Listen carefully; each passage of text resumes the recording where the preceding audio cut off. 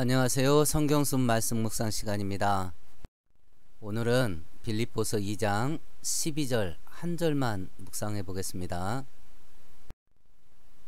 먼저 화면에 나온 본문을 보시고 눈으로 한번 읽어 보세요.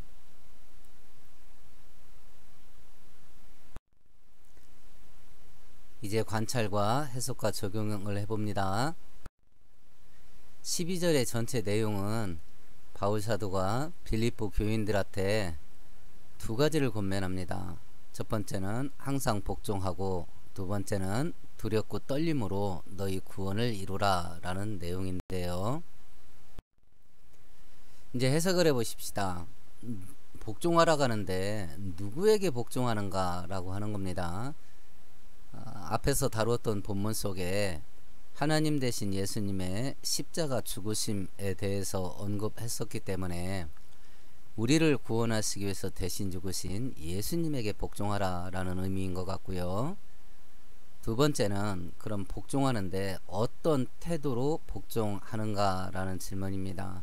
두 가지를 이야기하는 오늘 본문에는 첫 번째는 바울 사도가 옆에 있든지 없든지 복종하고, 두 번째는 항상 복종해라 라고 말씀하십니다. 그럼 이제 각각의 내용을 놓고 이제 적용을 해봅니다. 우리가 그 신앙생활을 생동감 있게 할 때 바로 이 적용 단계가 제대로 돼야 신앙생활이 살아있게 되는데요. 이 적용을 하나님 말씀에 그대로 나의 삶을 복종하는, 연습하고 훈련하는 그 단계가 적용 단계인데, 이 적용 단계에서 하나님의 말씀이 능력이 있다는 것과 하나님과 동행하는 신비한 경험들을 하게 돼요. 물론 하나님의 말씀을 우리가 그대로 다 적용하고 살아낼 수는 없습니다. 하나님의 말씀을 100% 순종하고 살 수 있든지 없든지 간에 하나님의 말씀을 삶의 현장 속에 실행으로 옮겨야 하는 것은 날마다의 생활 속에서 연습되고 훈련되어야 됩니다. 말씀대로 살지 못할 때가 허다할 겁니다. 그럼에도 불구하고 적용을 해야 되는 이유는 내가 말씀대로 살지 못하고 있다는 것을 알고는 있어야 되기 때문에 그렇습니다. 알고 있어야 잘못됐을 때는 회개하고 하나님과 관계를 회복할 수 있고, 나 내 힘과 능력으로는 바로 살 수 없고 말씀대로 못 사는구나 하는 것을 알아야 하나님께 힘과 능력과 은혜를 달라고 간구하고 매달릴 수 있게 됩니다. 그러는 과정 속에 믿음과 신앙이 자라고 성장하고 강해지게 되는 것이요. 그래서 이 말씀 묵상 시간 속에서 가장 중요한 것은 하나님의 말씀을 지식적으로 아는 게 중요한 게 아니라, 적어도 내 은혜, 나에게 주신 은혜의 분량만큼 하나님의 말씀을 알고 있는 것만큼은 나의 삶 속에서 살아내야 된다라고 하는 적용 과정입니다. 내가 있든지 없든지 이 말을 놓고 적용해 보십시다. 영적인 지도자가 옆에서 지도를 해주고 지시를 해주고 좀 밀어주고 끌어주고 이런 것을 옆에서 하는 사람이 있든지 없든지 자발적으로 해라 알아서, 이렇게 지금 권면하는 겁니다. 그렇기 때문에 적용해야 될 것은 내 신앙생활이 자발적이고 적극적인 거냐, 아니면 누가 억지로 시키고 끌어주고 또 밀어붙이고 뭐 이런 식으로 해야 그냥 마지못해서 억지로 하는 그런 신앙생활이냐, 요걸 점검해 봐야 되겠네요. 왜냐하면 지금 성경은 신앙생활을 할 때에 자발적이고 적극적이어야 된다, 누가 옆에서 지도하고 지시하고 또 끌어주고 이런 걸 해주는 사람이 있든지 없든지 복종해야 된다라고 하는 권면을 하고 있기 때문에 그렇습니다. 그래서 신앙생활 할 때 빠른 시간 내에 자립적이고 독립적인 신앙생활 할 수 있도록 성장하는 게 필요한 이유가 바로 여기 있습니다. 항상 복종하라 라고 되어 있습니다. 내 일생 전체에 걸쳐서 삶의 모습이 하나님께 복종하는 삶이 나의 삶의 일상화가 되게 하라 라는 말씀인데, 그 마태복음 16장 24절을 눈으로 한번 읽어보세요. 제자가 제자의 삶을 사는데 제자의 삶의 특징이 두 가지가 나옵니다. 첫 번째는 자기 부인, 두 번째는 십자가 지고 따라가는 거, 이 두 개인데, 우리가 문장을 보면 이거 막 부담됩니다. 신앙생활 오래 하고 신앙 성숙이 완성되어져 가는 아주 고단수의 성도들이 살아낼 수 있는 분량 같습니다. 그런데 문장 구도를 보면 어떤 사람이 됐든지 제자로 살기로 결심한 사람들에게 요구한 거예요. 그러니까 이것은 신앙의 아주 높은 성숙 단계에 오른 성도들에게 말한 게 아니라 신앙생활의 첫 걸음을 뗀 사람들한테 말한 겁니다. 그렇기 때문에 자기를 부인하고 십자가 지고 예수 따라가는 건 신앙생활의 첫 걸음부터 해야 될 일인 겁니다. 신앙의 고수들이 하는 것이 아닙니다. 신앙의 첫 단계입니다.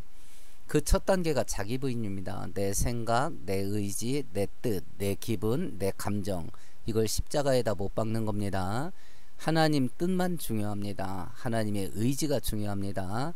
그래서 모든 것들은 하나님의 뜻과 의지, 그리고 하나님의 기뻐하시는 섭리, 여기에다가 복종하면서 따라가는 것이 신앙생활의 첫 단계다, 이렇게 말씀하고 있네요. 그래서 지금 복종도 어떻게 하냐면 항상 그렇게 하랍니다. 항상. 그러면 항상 복종하는 신앙생활을 하지 못하게 하는 장애물이 뭘까? 이건 사람마다 다릅니다. 경우마다 다르겠고요. 근데 이 시대 속에 제가 목사 생활하면서 성도들의 삶을 보니까 가장 크게 이 두 가지인 것 같습니다. 첫 번째는 현실과 환경에 타협합니다. 형편 좋으면 하고 형편 나쁘면 지금은 아닌가 보다 하고 현실에 타협해 버립니다. 두 번째는 지금 세상의 그 문화적인 흐름이 감정을 굉장히 중요시 여겨요.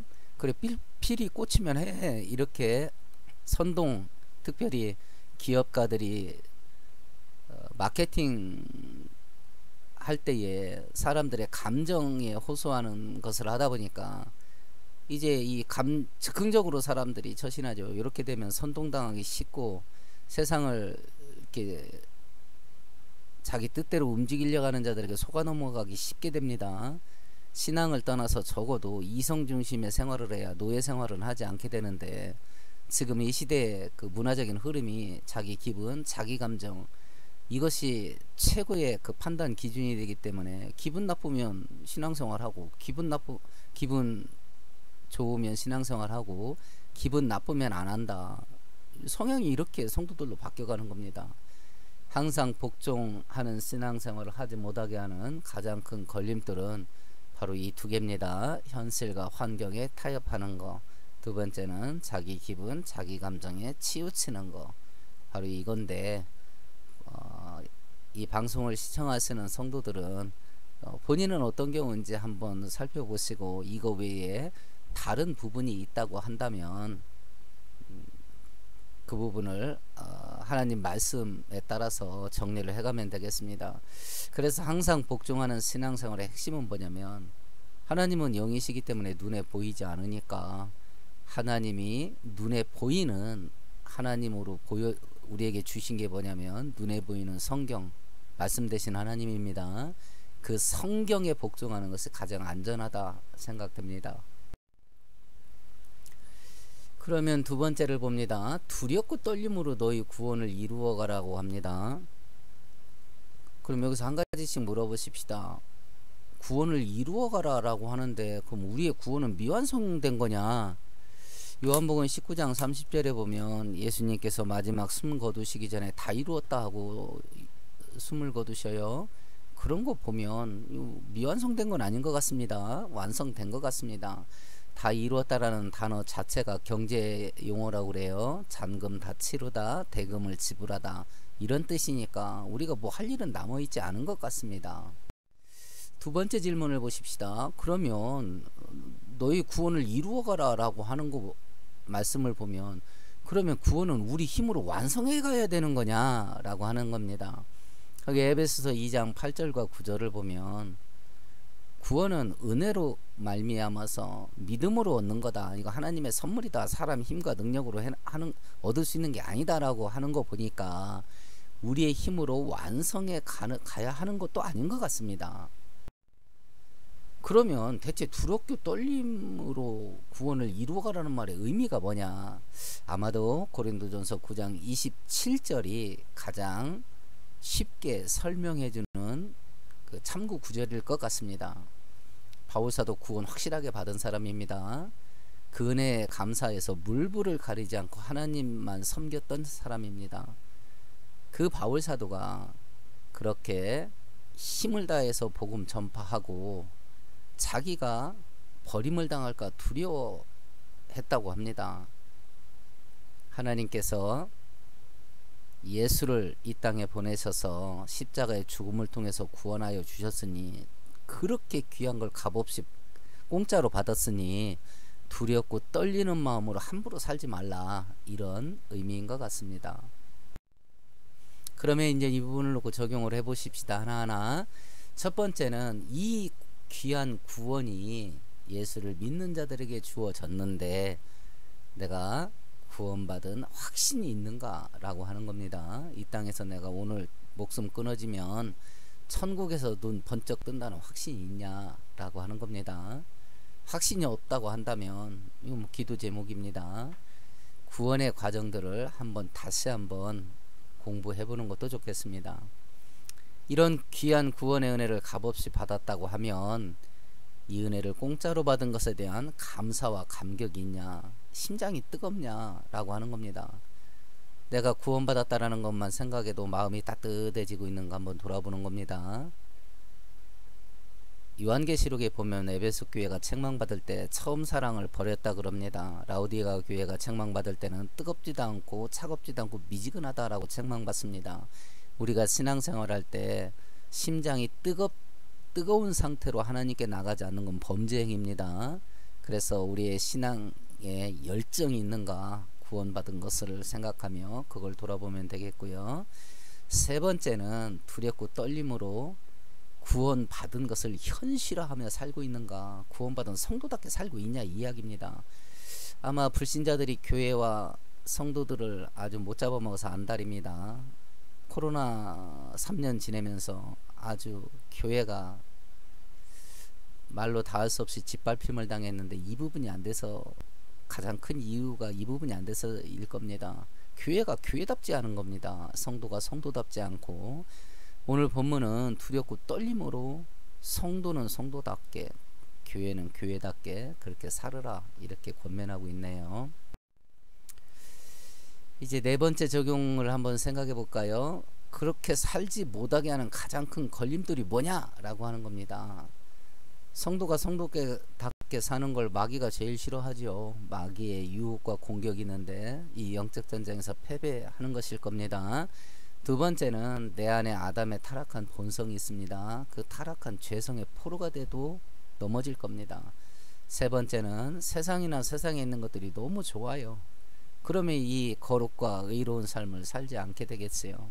네 번째는 영적인 게으름입니다. 어떻게 해야 되는지 다 압니다. 근데 그렇게 하면서 살고 싶지가 않은 겁니다.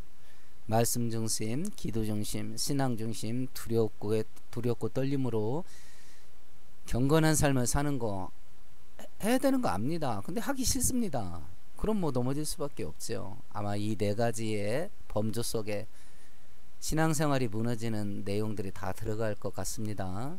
그럼 이제 각자 질문을 해보는 겁니다. 어떻게 해야 내가 이 연약한 걸 극복할 수 있겠나, 걸림돌을 뛰어넘을 수 있겠나, 그 해결점을 하나님 말씀 안에서 하나하나 찾아가는 것이 경건생활 될 겁니다. 이제 하나님 오늘 본문의 말씀을 종합해 봅니다. 첫 번째는 구원은 십자가에 죽으신 것을 통해서 이루어집니다. 그리고 그 예수를 믿음으로만 구원을 선물로 받습니다. 그래서 날마다 나의 삶 속에서 두렵고 떨림으로 구원받은 사람답게 살아가야 됩니다. 오늘 말씀을 생각하시면서 예수님과 함께 동행하면서 일상을 사는 것이 우리 인생을 복되게 하는 가장 빠르고 유일한 길이라는 것을 알고 예수님과 동행하는 삶을 살기를 바랍니다. 감사합니다.